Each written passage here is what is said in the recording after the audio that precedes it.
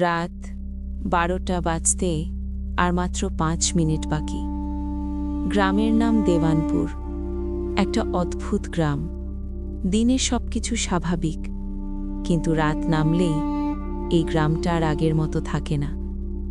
লোকজন বলে রাত 12টার পর এখানে কেউ বাইরে বেরোয় না। কেউ যদি ভুল করে বেরোয় সে আর ফিরে আসে না। অমিত, বয়স 30, শহর থেকে এসেছে নিজের পুরনো বাড়িতে। পরনে তার বেগুনি লুঙ্গি আর একটা সাদা শার্ট। তার বাবা মারা যাবার পর এই বাড়িটা অনেক দিন খালি পড়েছিল। গ্রামের মানুষ তাকে আগেই সাবধান করেছিল, রাত 12টার পর দরজা খুলবি না, যতই কেউ নক করুক। অমিত এসব কুসংস্কার বলে হেসে উড়িয়ে দিয়েছিল, কিন্তু সে জানত না আজকের রাত তার জীবনের শেষ রাত হতে চলেছে। ঘড়িতে 11:58। পুরো বাড়িটা নিঃশব্দ। না কোনো কুকুরের ডাক, না কোনো পাখির শব্দ, শুধু ঘড়ির টিক টিক শব্দ। Tick tick tick. 11:59। হঠাৎ ঠক ঠক ঠক। দরজায় কেউ নক করছে। অমিত থমকে গেল। এই সময়ে কে আসবে? সে ধীরে ধীরে দরজার দিকে এগিয়ে গেল। আবার ঠক ঠক। এবার একটু জোরে।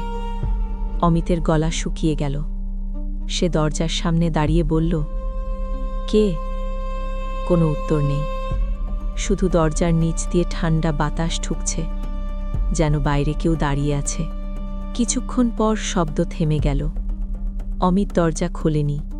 সে ভেবেছিল হয়তো ভুল শুনেছে, কিন্তু সে ভুল ছিল। পরের রাত, একই সময়, 12টা। আবার ঠক ঠক ঠক। এবার শুধু দরজা না, জানালাতেও শব্দ। অমিত ধীরে ধীরে জানালার দিকে তাকালো। কিছুই নেই, কিন্তু তার মনে হচ্ছিল কেউ তাকিয়ে আছে অন্ধকারের ভেতর থেকে, দেখছে। তৃতীয় রাত।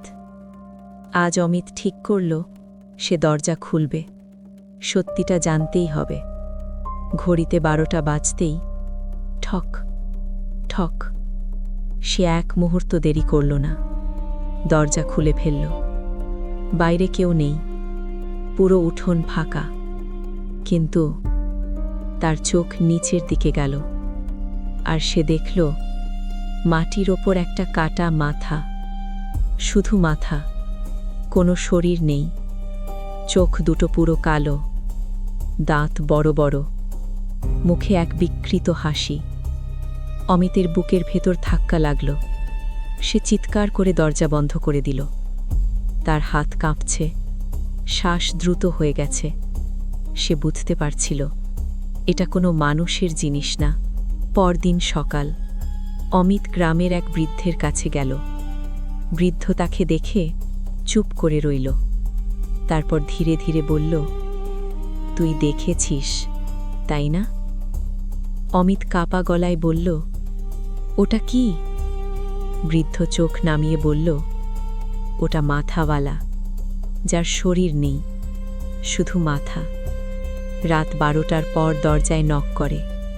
যে দরজা খোলে সে আর বাঁচে না। অমিতের শরীর ঠান্ডা হয়ে গেল। তাহলে আমি? বৃদ্ধ তাকালো না, শুধু বলল, আজ রাতটা পার করতে পারলে তুই বাঁচবি। চতুর্থ রাত। অমিত দরজা বন্ধ করে বসে আছে। তার চোখ দরজার দিকে। ঘড়ি 11:59। তার বুক ধুকপুক করছে। 12টা বাজল, কিন্তু এবার দরজায় না, ঘরের ভেতর থেকে শব্দ। ঠক ঠক। অমিত জমে গেল। সে ধীরে ধীরে পিছনে তাকালো। আলমারির ভেতর থেকে শব্দ। ঠক ঠক। সে কাঁপতে কাঁপতে এগিয়ে গেল। আলমারির দরজা খুলল। ভেতরে অন্ধকার। হঠাৎ একটা মাথা গড়িয়ে বের হয়ে এলো। সেই একই মাথা, কালো চোখ, বড় দাঁত, ভয়ঙ্কর হাসি। অমিত চিৎকার করল, না। মাথাটা কথা বলল, তুই দরজা খুলেছিস, এখন তুই আমার। মাথাটা ধীরে ধীরে তার দিকে এগোতে লাগল, মাটির ওপর গড়িয়ে। অমিত দৌড় দিল, বাইরে বের হয়ে গেল। কিন্তু বাইরে এসে সে থেমে গেল। পুরো গ্রাম ফাঁকা, সব দরজা খোলা, কিন্তু কেউ নেই, একটাও মানুষ নেই। হঠাৎ পেছন থেকে একটা কণ্ঠ, কারণ তুই অনেক দেরি করে ফেলেছিস। অমিত ঘুরে তাকালো, আর যা দেখল তা তার জীবন বদলে দিল। মাটিতে পড়ে আছে তার নিজের শরীর, নড়ছে না, চোখ বন্ধ, নিঃশ্বাস নেই।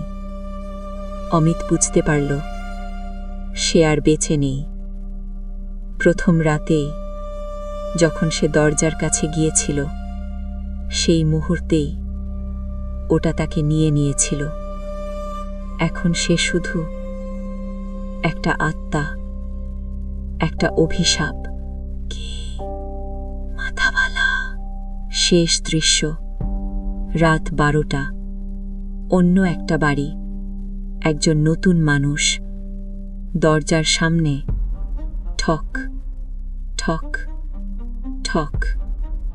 বাইরে দাঁড়িয়ে আছে একটা মাথা, চোখ কালো, দাঁত বড়, মুখে ভয়ঙ্কর হাসি। আর সেই মাথাটা অমিত। দরজা খোলো। আজ রাত 12টার পর যদি তোমার দরজায় কেউ নক করে, ভুলেও দরজা খুলবে না।